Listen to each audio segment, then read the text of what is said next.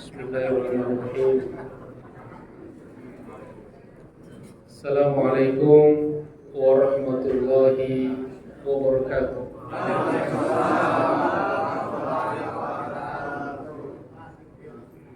Mendengar jawabannya, nampaknya masih banyak yang belum ngopi ya.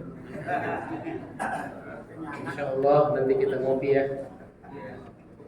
Karena salam itu doa dan kita dianjurkan untuk saling mendoakan selalu. Kita ulangi sekali lagi ya. Assalamualaikum warahmatullahi wabarakatuh.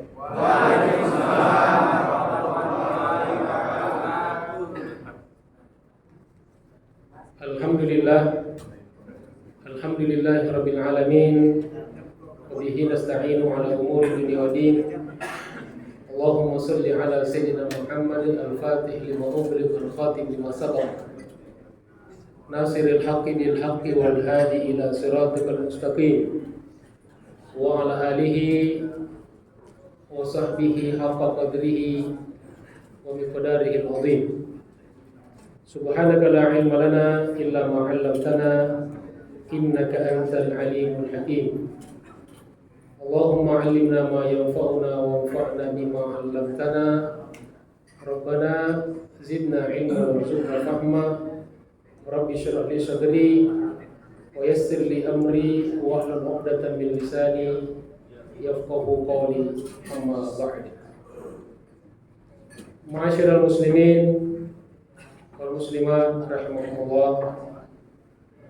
Saudara-saudaraku yang saya cintai dan saya hormati karena Allah Subhanahu wa taala, wabil khusus para asatidz, para guru, para orang tua, tokoh masyarakat, segenap pengurus DKM atau Takmir Masjid Al-Iman yang sama-sama kita cintai ini, serta bapak-bapak, ibu-ibu, saudara-saudaraku jamaah salat maghrib dan isya insyaallah. Ya insyaallah semua kita senantiasa dimuliakan, dirahmati dan diberkahi oleh Allah Subhanahu wa taala.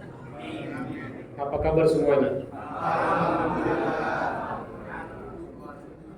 Mengambil tepung dalam adonan. Cakap gimana? Mengambil tepung dalam adonan. Malam hari memakan roti. Lapar kan? Ibu bapak dan hadirin sekalian, izinkan saya memulai taklim ini. Bismillahirrahmanirrahim. Jamaah sekalian dirahmati Allah Subhanahu wa taala, tema kita pada kesempatan ini insyaallah yaitu 5 kegelapan dan 5 penerangnya. 5 kegelapan dan 5 penerangnya.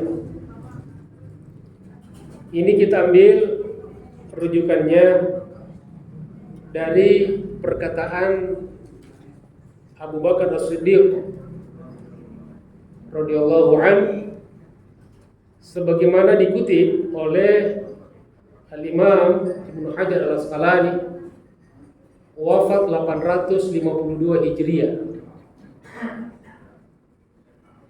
Yang kemudian di antara ulama yang memberikan syarah atau penjelasan, yaitu ulama yang terkenal, yang luar biasa dari negara kita, Al-Imam An-Nawawi Al-Bantani Al-Jawi Asy-Syafi'i, wafat 1342 Hijriah. Bismillahirrahmanirrahim. An Abi Bakr As-Siddiq radhiyallahu anhu, adz-dzulumatu khamsun was-suruju laha khamsun. Hubbud dunya dzulmatun wassiraju laha at-taqwa, wadh-dhanbu dhulmatun wassiraju lahu at-taubah, wal qabru dhulmatun wassiraju lahu la ilaha illallah Muhammadur Rasulullah,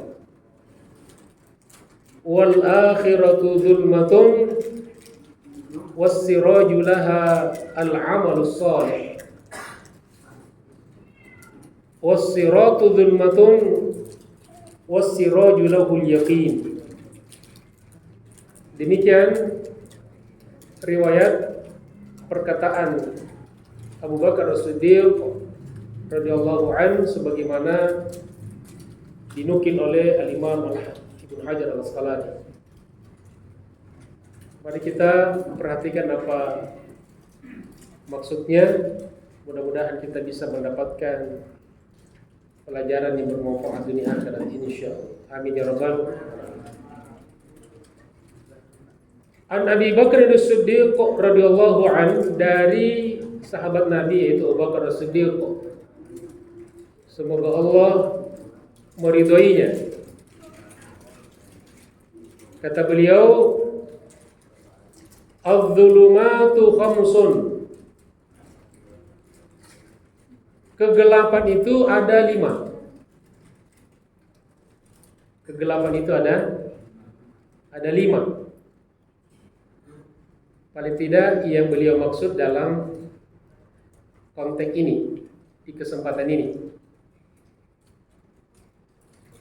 Wasuruju laha khamsun. As-suruju, kata Imam Nawawi, jamak dari siraj,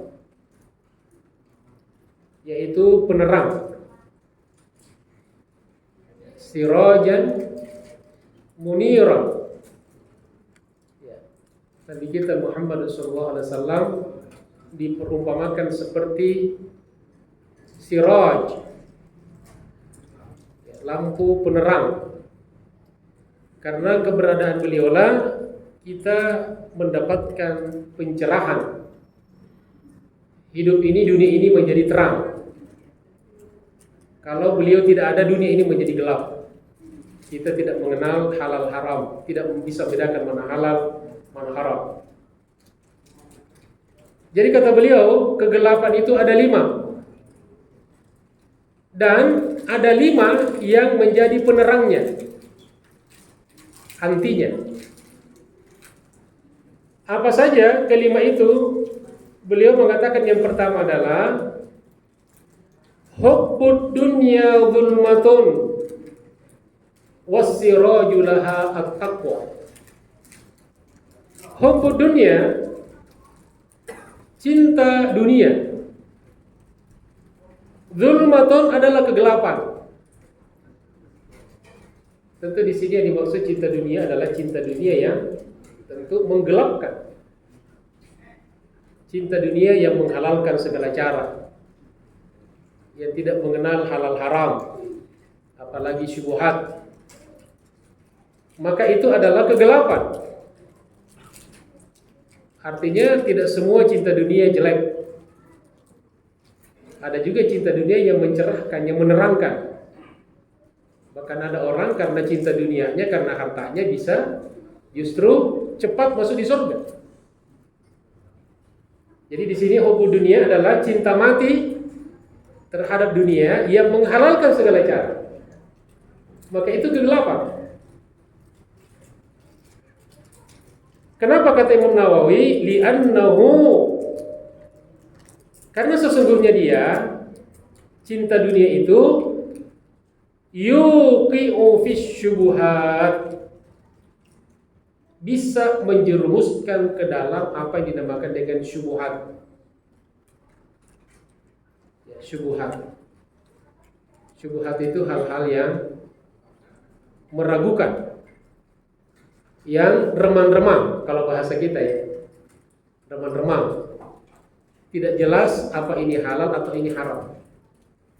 Atau kata ulama, kita asalnya tahu halalnya, tetapi ada saat-saat di mana kita ragu akan keharamannya.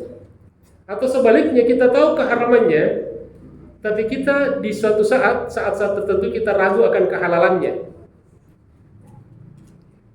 Jadi karena bisa menjerumuskan seseorang ke dalam yang pertama asyubuhat. Kemudian thumma fil makruhat. Kemudian bisa juga menjerumuskan kepada yang makruh. Jadi kalau syubhat itu lebih dekat kepada haram. Kalau makruh lebih dekat kepada haram. Ya. Kemudian thumma fil muharramat. Kalau orang sudah mulai banyak bermain di wilayah syubhat, kemudian di wilayah makruhat, maka lama-lama terjerumus ke dalam al-muharramat, hal-hal yang diharamkan. Wa na'udzubillahi min dzalik. Semoga Allah Subhanahu wa taala lindungi kita dan keluarga kita dari segala macam syubhat, makruhat, dan apalagi al-muharramat. Amin ya rabbal alamin. Kemudian Imam Nawawi mengutip sebuah hadis baginda Rasulullah sallallahu alaihi wasallam. Hadis ini diriwayatkan oleh Al-Imam Al-Baihaqi di dalam kitabnya Syu'abul Iman. Kata beliau sallallahu alaihi wasallam, hubbud dunya ra'su kulli khati'atin. Bahaya sekali ini. Kata beliau, cinta mati kepada dunia merupakan ra'su. Apa ra'su? Yang kita pakai peci apa? Kepala ya. Rais ya. Rais kepala. Ra'sun kepala. Cinta mati kepada dunia, ra'su kulli khati'atin, kepala dari setiap dosa, dari setiap kesalahan. Jadi ini menunjukkan bahwa cinta kepada dunia ini kita harus berhati-hati ya. Kalau kita tidak paham ilmunya, bisa justru menjadi pintu masuk dari setiap dosa dan kesalahan. Wa na'udzubillahi min dzalik. Jadi sebagaimana kita butuh ilmu tentang ibadat atau tentang ibadah, kita pun juga butuh ilmu tentang muamalat atau muamalat. Makanya ayat-ayat tentang muamalah justru lebih banyak daripada ayat-ayat tentang ibadah. Bahkan kalau kita perhatikan, ayat yang terpanjang di dalam Al-Quran itu bukan tentang ibadah, dalam arti bukan ibadah mahdhah, tapi tentang ekonomi. Di antaranya tentang hutang piutang. Jadi ini menunjukkan penting sekali. Penting apa penting? Penting insyaallah. Nah, maka mengomentari hadis Nabi ini kata Al-Imam Al-Ghazali. Kata Imam Al-Ghazali, wa kama anna hubbaha ra'su kulli khati'atin, sebagaimana halnya cinta mati terhadap dunia yang menghalalkan segala cara, tidak mengenal halal haram, syubhat dan sebagainya, sebagai kepalanya setiap dosa, kesalahan. Fabukuduha, maka membencinya dalam arti membuat batas dengan dunia, ra'su kulli hasanatin, menjadi kepala dari semua kebaikan. Masya Allah. Jadi ini jangan disalahartikan bahwa ini mengajarkan kita pada tidak mau dunia. Ya, Bapak kok enggak kerja-kerja? Karena dunia adalah kepala setiap dosa. Nganggur di rumah. Sebetulnya bukan itu. Jadi spiritnya adalah kita disuruh berhati-hati. Maka berhati-hati dalam segala hal itu adalah kewajiban. Ya ayyuhalladzina amanu, orang-orang beriman, khudhu hidrakum. Selalulah kalian berhati-hati. Berhati-hati bukan hanya dalam perang, tapi juga dalam persoalan halal haram, dalam perkara makan minum. Coba siapa Bapak Ibu sekalian yang sekarang yang mengontrol makanan minuman yang beredar di sekeliling kita yang kita konsumsi tiap hari? Jadi rada-rada mengerikan juga ya. Apalagi di negara kita seperti Indonesia ini yang mayoritas orang Islam, tapi kemudian yang muncul adalah legalisasi halal. Legalisasi apa? Halal. Jadi kan sudah menunjukkan sudah gawat. Ya, mestinya di masyarakat Islam yang ada legalisasi haram, yang ditandain itu yang haram aja. Karena prinsip dasar makanan semua halal kecuali diharamkan. Nah kalau yang dilabeli yang halal berarti seakan-akan semua yang lain itu adalah haram. Jadi kalau kita di beberapa negara itu sangat ketat ya. Makanan, minuman, apalagi obat-obatan itu kontrolingnya luar biasa. Tapi kita di Indonesia Masya Allah semua gampang Pak, ngeracik obat itu semua bisa. Coba lihat toko-toko herbal di mana. Itu siapa yang mengontrol mereka? Siapapun bisa jualan. Siapapun bisa membuat produk makanan dan minuman. Seakan-akan tidak ada kontrol. Ini menunjukkan Masya Allah. Jadi kata Imam Al-Ghazali, sebagaimana cintanya, cinta matinya bisa menjadi kepala dari semua kesalahan, maka membencinya pun dalam arti berhati-hati ya, berhati-hati, menjaga jarak, tahu ilmunya, tahu fikihnya pun bisa menjadi kepala daripada setiap kebaikan. Itu yang pertama. Semoga Allah Subhanahu wa ta'ala senantiasa berikan kepada kita rezeki duniawi yang halal, yang baru. Amin ya rabbal alamin. Dan semua kita semua selalu diberikan semangat untuk bekerja dan berkarya. Kemudian yang kedua kata beliau, kegelapan yang kedua dan penerangannya dan yang pertama ya, itu baru gelapnya ya. Lalu kata beliau, wasiraju lahat taqwa, dan penerang daripada kegelapan cinta mati kepada dunia adalah at-taqwa, ketakwaan kepada Allah Subhanahu wa ta'ala. Kata Imam Nawawi, bimakna al-ihtirazu bi ta'atillahi an uqubati, yaitu kita membentengi diri kita.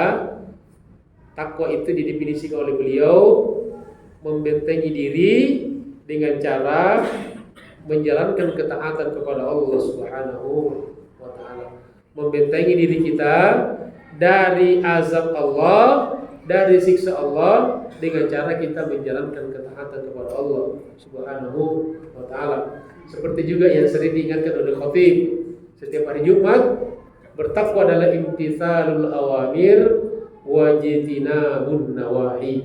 Takwa itu adalah imtithalul awamir, menjalankan perintah-perintah Allah, wajtinabun nawahi, dan menjauhi larangan-larangannya.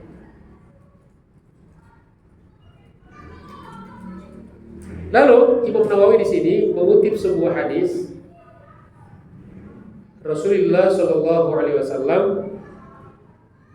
Ini diriwayatkan oleh rawahul jamaah atau rawahu jama'atun minal ulama, minhum Ahmad fi musnadihi. Di antaranya yang meriwayatkan hadisnya adalah Imam Ahmad, kemudian Al-Imam Nasa'i fi sunanihi, juga Imam Nasa'i dan sebagainya.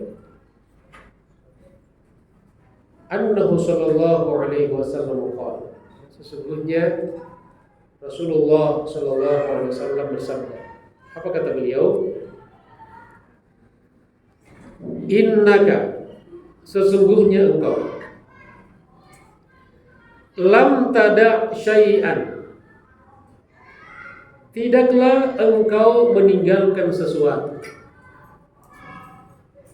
ittiqa Allahi azza wa jalla, semata-mata karena bertakwa kepada Allah, karena takut kepada Allah,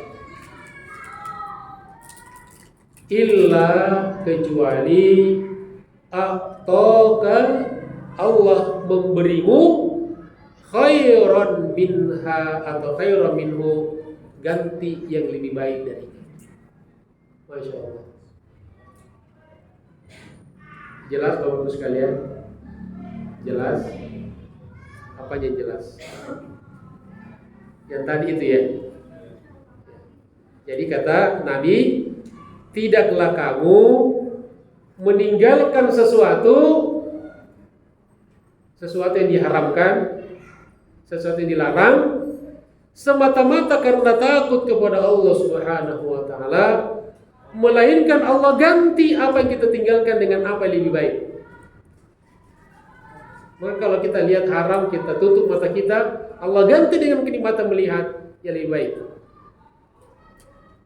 Ada orang misalnya diiming-imingi dengan proyek syubhat, proyek haram. Lalu dia ditawarin, ini ada proyek nih. Ya, berapa?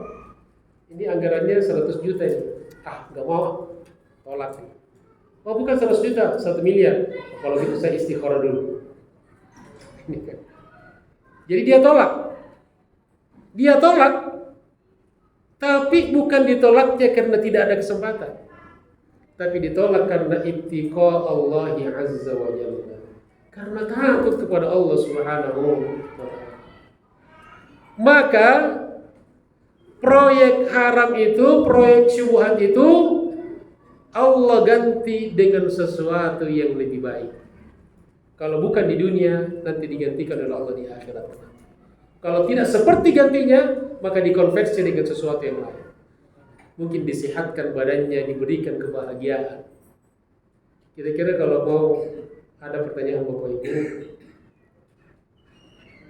Bapak Ibu misalnya contoh saja nih, dikasih peluang bisnis proyek keuntungannya 100 juta, ya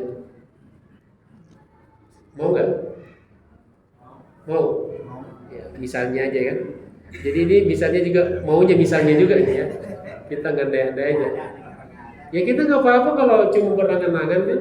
Jangan sampai sama dengan suami istri yang ngobrol berdua sama suaminya, istrinya, kita kalau ada uang, kita mau dapat uang 5 miliar, insya Allah kita bangun masjid 3 miliar.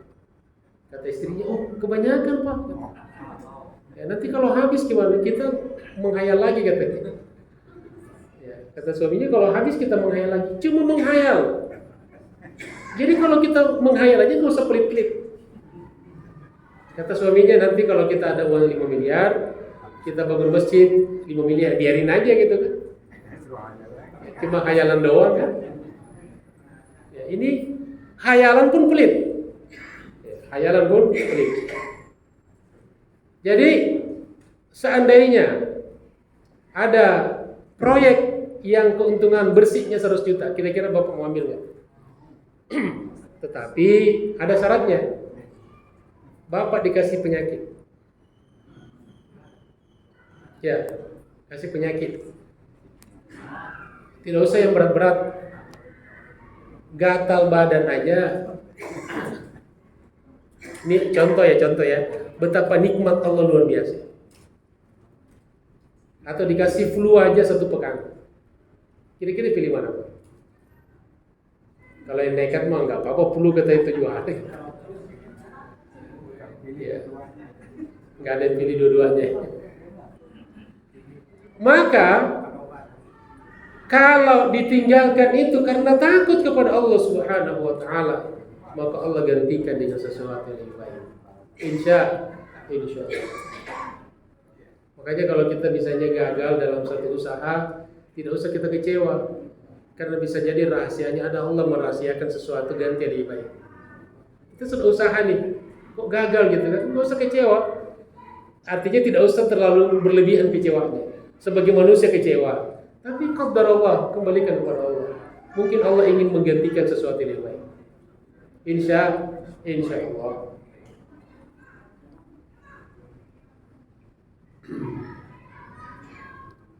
Kemudian yang kedua ya, kegelapan yang kedua,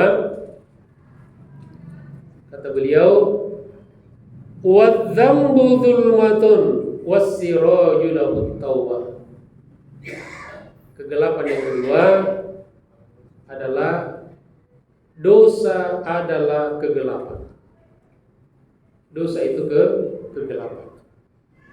وَالسِّرَاجُ لَهُ التَّوْبَةُ, dan yang bisa menerangi dan membersihkan kembali dosa itu adalah taubat. Di sini kemudian Imam Nawawi mengutip satu sabda Rasulullah sallallahu alaihi wasallam. Kata beliau, innal abda, sesungguhnya hamba, kita semuanya ini insyaallah, idza akhta'a, apabila dia bersalah, khati'atan, satu dosa, satu kesalahan, nukitat fi qalbihi nuktatan sauda, maka dijatuhkan di dalam hatinya satu titik, satu nukta hitam. Jadi setiap kita berdosa itu ada diberikan titik hitam dalam hati. Fa idza huwa naza'a, apabila dia setelah berbuat dosa itu dia sadar, dia bertobat, dia sadar, wastaghfar, dia mohon ampun kepada Allah, wa taba, dan dia bertobat kembali ke jalan benar, saqula qalbuhu, maka hatinya kembali bening, kembali bersih. Kayak kaca, kalau kita biarkan berhari-hari dia akan kena debu sampai dia gelap. Tapi kalau setiap kena debu tiap hari dilap, bersih lagi. Begitu juga kalau kita berdosa. Maka kalau dia sadar, dia istighfar, dia taubat, saqula qalbuhu, hatinya menjadi bening. Wa in ada, tetapi kalau dia kembali lagi melakukan dosa kembali, zida fiha. Jadi selesai berdosa bukan bertobat tapi nambah dosa 1, 2, 3 dan seterusnya. Maka zida fiha, titik hitam itu juga bertambah. Terus ditambah 1, 2 terus hatta ta'lu ala qalbihi, sampai mendominasi hatinya. Seperti kaca ini kalau kita tidak bersihkan berhari-hari, berpekan-pekan, berbulan-bulan, lama-lama dia burem, lama-lama dia keras. Lalu kata beliau, wa huwa ran, itu yang dinamakan dengan ran, alladzi dzakarahu Allah taala, yang disebutkan oleh Allah Subhanahu wa taala. A'udzubillahi minasyaitonir rajim. Kalla bal rana ala qulubihim ma kanu yaksibun. Jadi kalau bahasa kita itu karatan. Jadi hatinya sudah berkarat. Ada satu keterangan mengatakan, kenapa kalau sudah jadi ran? Kalau orang bertobat, siapa sih yang tidak punya dosa? Kita semua punya dosa kan? Tapi kita tiap hari tobat, istighfar, sadar gitu kan. Maka dibersihkan lagi. Badan kita kotor, kita mandi, bersih lagi. Baju kita kotor, kita cuci, bersih lagi. Tapi kalau kita lalai dosa-dosa maksiat, lalu kita tidak tobat, kita gak sadar, maka lama-lama hati kita menjadi kallabal ron, jadi karatan. Ada penjelasan ulama, kalau hati seseorang sudah jadi ron, laisa, indikatornya laisa lil imani fihi madkhalun wa laisa lil kufri minhu makhrajun. Kalau sudah jadi ron, sudah berkarat, apalagi sampai terkunci, maka iman tidak bisa masuk, kufur, dosa tidak bisa keluar lagi. Wa na'udzubillahi min dzalik. Maka bersyukurlah kita kepada Allah Subhanahu wa taala kalau hati kita masih gampang tersentuh, hati kita masih gampang ingat kepada Allah, hati kita masih, kalau kita bersalah, astagfirullah. Dan jangan lata, astaga. Astaga nggak ada artinya. Astagfirullah. Itu jadi zikir itu. Kalau astaga nggak jadi zikir. Apalagi busyirdah. Nah itu dosa mana itu? Biasakan kita astagfirullah. Astagfirullah. Astagfirullah. Terus. Jamaah sekalian dirahmati Allah Subhanahu wa taala, berapa menit lagi waktunya? Ini 5 ke 8. Ya, masih lama ya? Baik. Berapa? 10 menit. Ya. Kita peringkas. 3 lagi ya. Kegelapan yang ketiga kata beliau, wal qabru dzulmatun. Kubur adalah kegelapan. Wasiraju lahu, dan penerang kubur la ilaha illallah Muhammadur Rasulullah, kalimat tauhid. Jadi kubur adalah kegelapan. Kemudian Imam Nawawi mengutip sebuah hadis Rasulullah sallallahu alaihi wasallam, annahu sallallahu alaihi wasallam qala, beliau bersabda, Inna Allah Ta'ala, sesungguhnya Allah Subhanahu wa Ta'ala, harrama 'alan nari, mengharamkan kepada neraka, man qala la ilaha illallah, siapapun orang yang mengucapkan la ilaha illallah, yabtaghi biha wajh Allah Ta'ala, yang semata-mata dia mencari ridho Allah Subhanahu wa Ta'ala. Jadi dahsyat sekali ini. La ilaha illallah. Makanya kalimat ini kalimat pertaruhan, kalimat penentu. Karena kata Nabi, garansi dari Nabi, barang siapa yang kalimat ucapan terakhir diucapkannya menjelang kematiannya, menjalani cabut nyawanya, la ilaha illallah, dakhala jannah, masuk surga. Ada yang bilang gampang amat Ustaz masuk surga. Coba aja. Makanya kalau ada orang sakit keras, ada orang sakit sakaratul maut, kita disunahkan jenguk biar tahu, belajar. Kemudian kalau jenguk orang sakit, jangan sibuk foto-fotoin. Aku sudah di sini ya. Kita iktibar. Dia sedang sakaratul maut, butuh doa-doa kita. Kita bacakan zikir, kita doakan dia, kita bacakan Al-Quran, bacakan Yasin, ya, dan seterusnya. Jadi tidak mudah, apalagi sekarang ya, Masya Allah. Kadang-kadang ada orang yang matinya susah. Ada yang kalau orang-orang tua kita dahulu sebelum meninggal masih bisa ngomong ya, kadang-kadang masih manggil anaknya, ya, cucunya. Orang-orang sekarang kadang-kadang sebelum mati koma dulu 2 pekan. Kok nggak titik-titik gitu ya? Koma ada yang 1 bulan. Semoga Allah Subhanahu Wa Taala ringankan kita dalam menjalani melalui sakaratul maut. Dan kita selalu doa, Allahumma hawwin alaina fi sakaratil. Salah satunya kita minta dimudahkan mengucapkan la ilaha illallah. Dan luar biasanya Allah desain lisan kita ini tanpa kita menggerakkan bibir kita bisa mengucapkan la ilaha illallah. Artinya kata ulama, la ilaha illallah itu dibuat seringan mungkin sampai bisa diucapkan pada orang yang sudah akan mati bisa mengucapkan. Coba Bapak perhatikan, la ilaha illallah. Bibir kita tidak harus rapat, sehingga kita pun dalam kondisi terkapar bisa mengucapkan itu. La ilaha illallah. Coba kalimat yang lain. Minta kopi bisa nggak? Minta kopi. Nggak bisa. Nggak bisa, bukan kan? Coba minta kopi.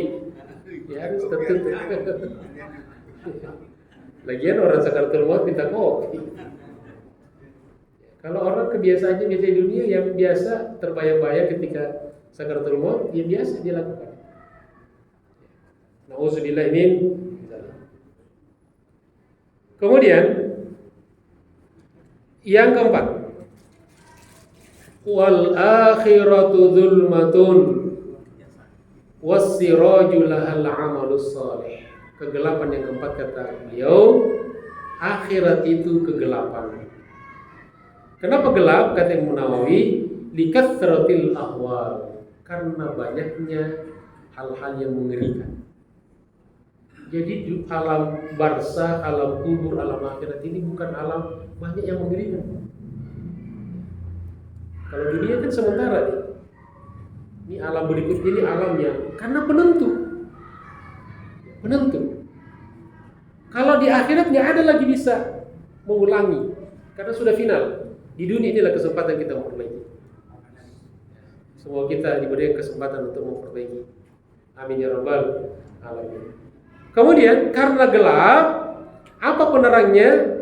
Wassirajul lahal amalus salih.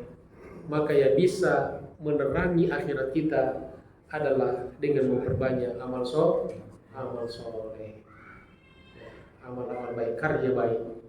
Mumpung kita masih hidup, mumpung kita masih sehat, yang punya ilmu beramal soleh dengan ilmunya, yang punya harta beramal soleh dengan hartanya.